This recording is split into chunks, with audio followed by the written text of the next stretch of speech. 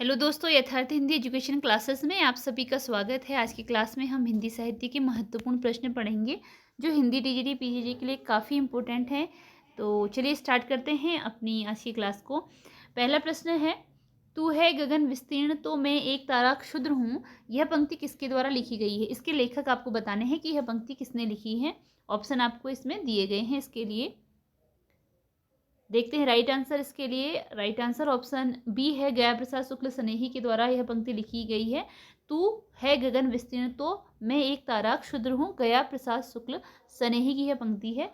और अगला प्रश्न है, नई फसल निम्न में से किसकी रचना है? रचना का नाम है नई फसल। बतानी है रचना किसकी है। ऑप्शन दिए गए हैं। इसके लिए राइट आंसर है ऑप्शन ए, शिवराज सिंह बेचैन की रचना है नई फसल। यह रचना है शिवराज सिंह बेचैन की। अगला क्वेश्चन है कि निम्न में किस लेखक को आधुनिक हिंदी गजल का प्रवर्तक कहा जाता है? आधुनिक हिंदी गजल का प्रवर्तक इनमें से कौन सा लेखक कहलाता है? राइट आंसर है ऑप्शन ए, दुष्यंत कुमार को आधुनिक हिंदी गजल का प्रवर्तक कहा जाता है, दुष्यंत कुमार को। अगला है क्वेश्चन, क्षमा खंडकाव्य की रचना किसके द्वारा की गई है? क्षमा जो कि खंडकाव्य विधा की रचना है, यहाँ पर आपको विधा भी बताई है, यह खंडकाव्य विधा की रचना है। इसकी रचना किसके द्वारा की गई है?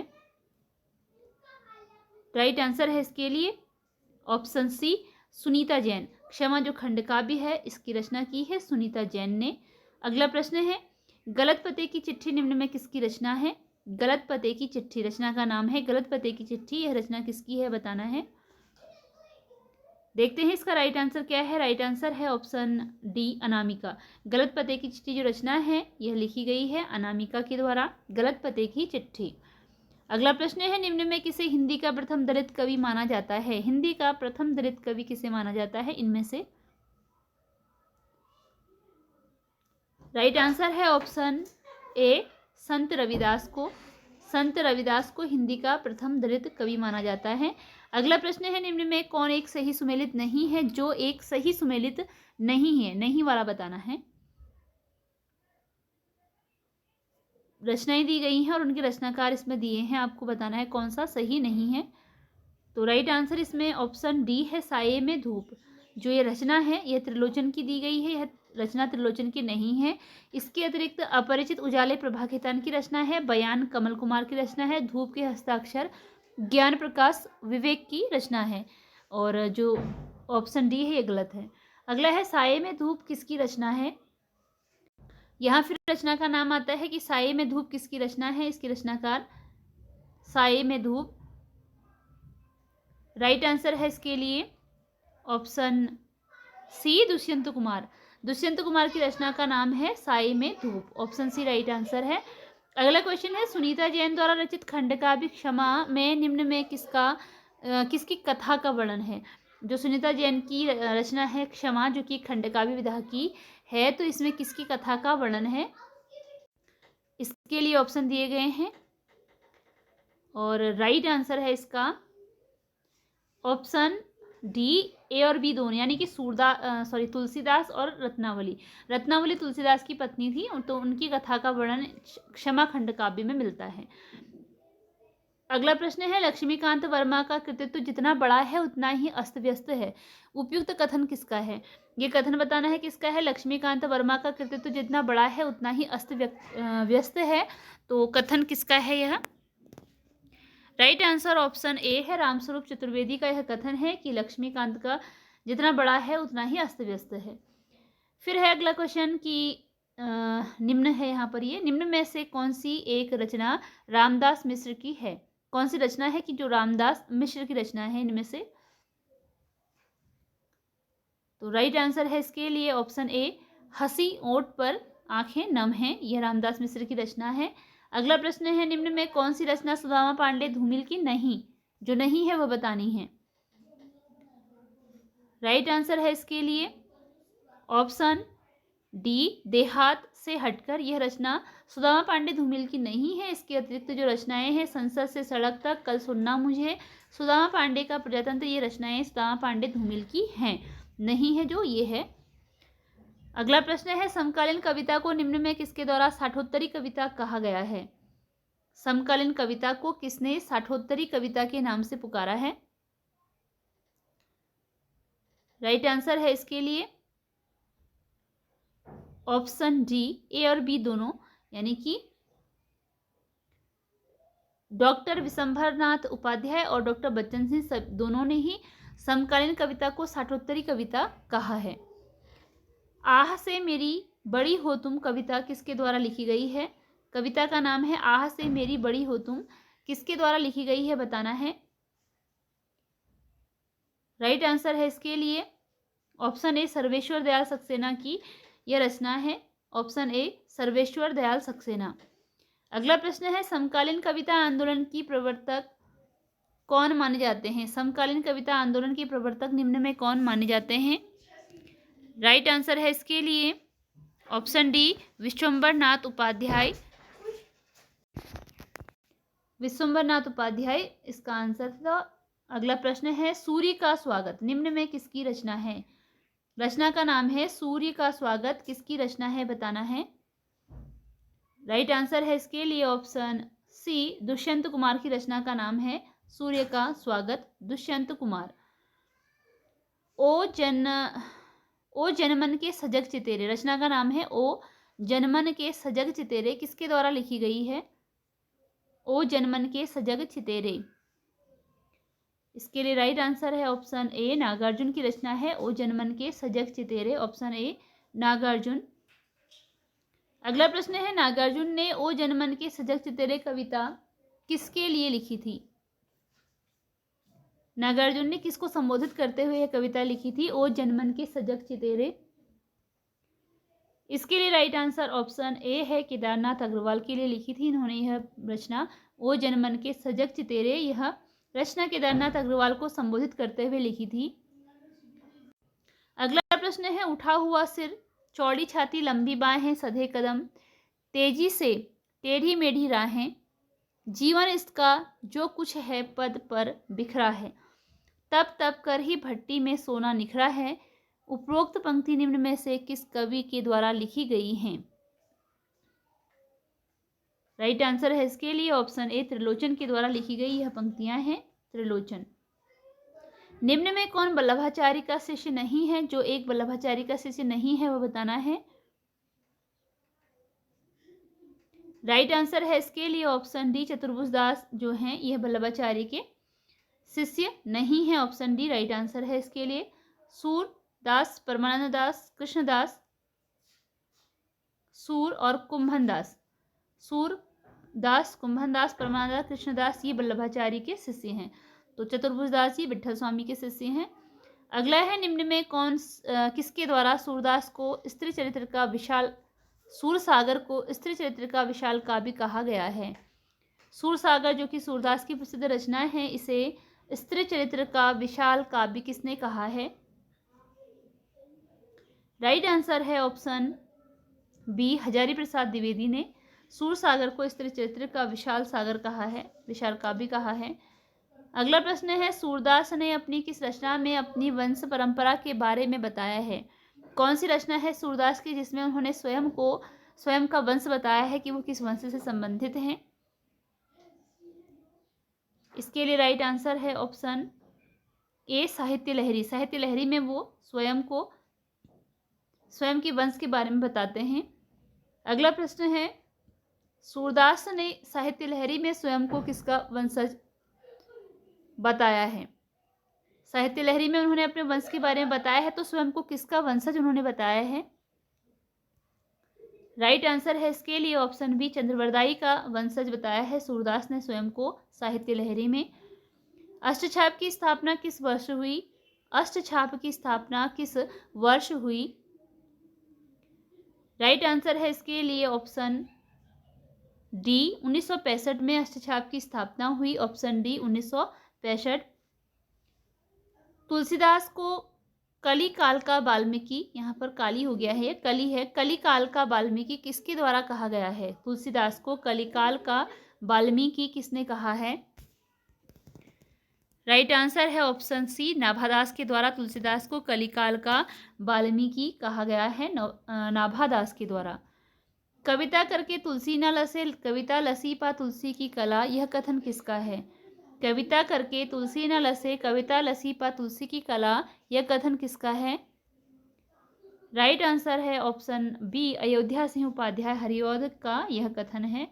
अयोध्या सिंह उपाध्याय हरिऔध। नाभादास किस संप्रदाय के कवि हैं? नाभादास का संप्रदाय बताना है कि किस संप्रदाय से संबंधित कवि है नाभादास। राइट आंसर है इसके लिए ऑप्शन ए, रसिक संप्रदाय। नाभादास का संबंध था रसिक संप्रदाय से। सूरसागर के 12वें स्कंद में निम्न में किसका वर्णन मिलता है? सूरसागर के 12वें स्कंद में किसका वर्णन मिलता है इनमें से? राइट आंसर है ऑप्शन ए, कल की अवतार का वर्णन मिलता है, कल की अवतार का। केशव की रचना कविप्रिया का रचना वर्ष है। रचना वर्ष बताना है कविप्रिया जो कि केशवदास की रचना है। राइट आंसर ऑप्शन बी है, 1601 है इसका रचना वर्ष। Option B 1601। अगला क्वेश्चन है कि दशरथ सुत तिहु लोक बखाना, राम नाम का मरम है आना, यह पंक्ति किसके द्वारा लिखी गई है? इसके लिए राइट आंसर है ऑप्शन डी, कबीरदास की यह पंक्ति है, कबीरदास।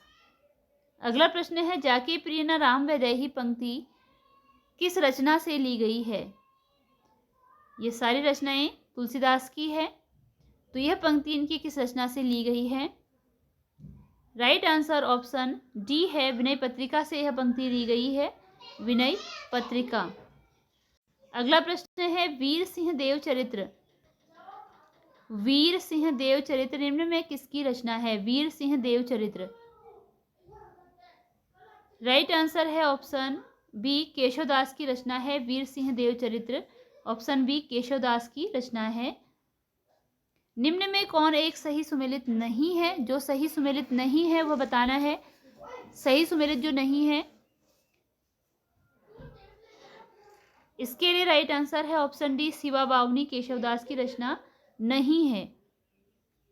इसके अतिरिक्त हिम तरंगवी कृपाराम की, छंदमाला केशवदास, रस विलास चिंतामणि की रचनाएं हैं, ये सब सही सुमेलित हैं। निम्न में कौन सी रचना भिखारीदास की नहीं है? इनमें से कौन सी रचना है जो भिखारीदास ने नहीं लिखी है? राइट आंसर है ऑप्शन डी, रसिकानंद। यहाँ पर रसिक आनंद हो गया है, ये रसिकानंद है, रसिकानंद। रसिकानंद भिखारीदास की रचना नहीं है। इसके अतिरिक्त नाम, प्रकाश कोश, रस सारांश, शतरंज शतीका, ये भिखारीदास की रचनाएं हैं। अगला प्रश्न है रसिकानंद किसकी रचना है? रसिकानंद किसकी रचना है? राइट आंसर ऑप्शन बी है, ग्वाल कवि की रचना का नाम है रसिकानंद। ग्वाल कवि की रचना है रसिकानंद। बिहारी सतसई पर अमरचंद्रिका नाम से टीका किसके द्वारा लिखा गया है? बिहारी सतसई पर विभिन्न विद्वानों ने टीका लिखी है, तो अमरचंद्रिका नाम से टीका किसने लिखा है यह बताना है आपको यहाँ पर।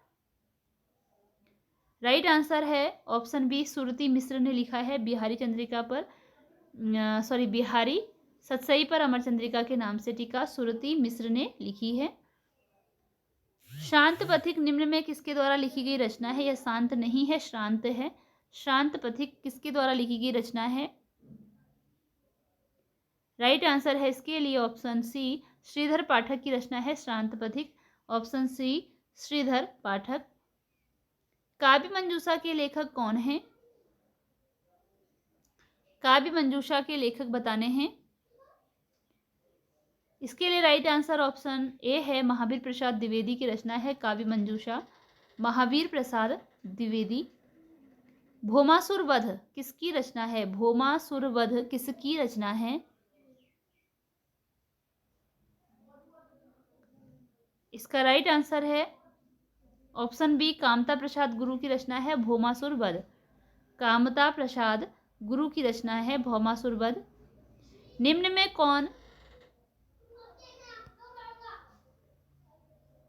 कौन हिंदी शब्द सागर के संपादक मंडल में शामिल रहे? इनमें से कौन थे जो कि हिंदी शब्द सागर के संपादक मंडल में शामिल थे?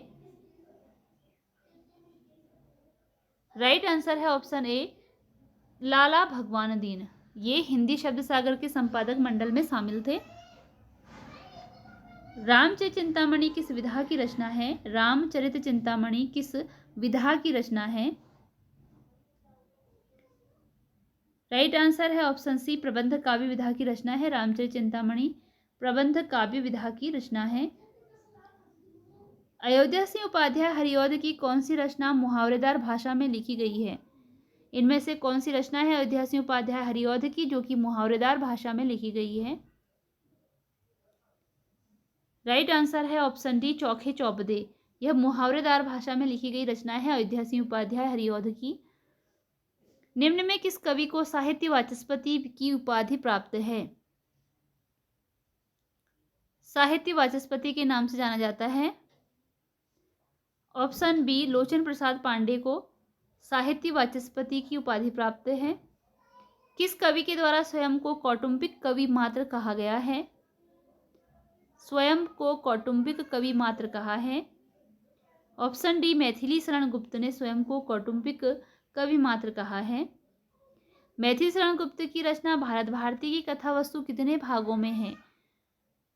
भारत भारती की कथा वस्तु कितने भागों में है? राइट आंसर ऑप्शन बी है, 3 भागों में है भारत भारती की कथा वस्तु, 3 भागों में। निम्न में से कौन सी रचना सुमित्रानंदन पंत की नहीं है? राइट आंसर है इसके लिए ऑप्शन डी, सांध्य काकली। यह सुमित्रानंदन पंत की रचना नहीं है, सांध्य कांकली। निम्न में किस रचना को छायावाद की प्रथम प्रयोगशाला कहा जाता है? किस रचना को छायावाद की प्रथम प्रयोगशाला कहा जाता है? राइट आंसर है ऑप्शन ए, झरना। झरना को छायावाद की प्रथम प्रयोगशाला कहा गया है। लज्जा कामायनी के किस सर्ग का नाम है? लज्जा कामायनी के किस सर्ग का नाम है? ऑप्शन सी, छठा। छठा सर्ग है कामायनी का, उसका नाम है लज्जा। निम्न में कौन सी रचना सुमित्रानंदन पंत तथा हरिवंश राय बच्चन की संयुक्त रचना है? पंत जी की और हरिवंश राय बच्चन की संयुक्त रचना जो मिलकर इन्होंने लिखी है। ऑप्शन सी, खादी के फूल है। और अगला क्वेश्चन है कि निम्न में कौन सी रचना महात्मा गांधी के जीवन पर आधारित है? महात्मा गांधी के जीवन पर आधारित है जो रचना। राइट आंसर है ऑप्शन बी, लोकायतन। लोकायतन रचना महात्मा गांधी के जीवन पर आधारित रचना है। इसी के साथ आज की यह वीडियो यहीं पर एंड होती है। मिलते हैं अगली वीडियो में कुछ नए प्रश्नों के साथ। धन्यवाद।